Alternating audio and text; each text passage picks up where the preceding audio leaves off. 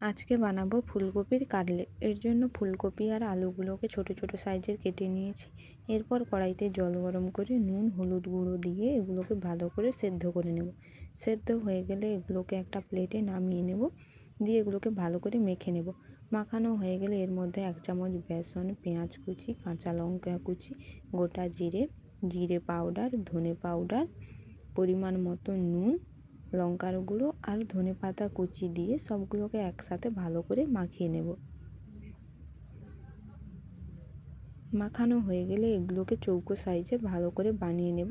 তোমরা এখানে গোল বা অন্য কোনো সাইজে বানাতে পারো। আমি সবগুলোকে এভাবে বানিয়ে নিয়েছি। এরপর কর্নফ্লাওয়ার গুঁড়ো জলে ভালো করে ডুবিয়ে ব্রেড ক্রাম্বসে ভালো করে মাখিয়ে নেব।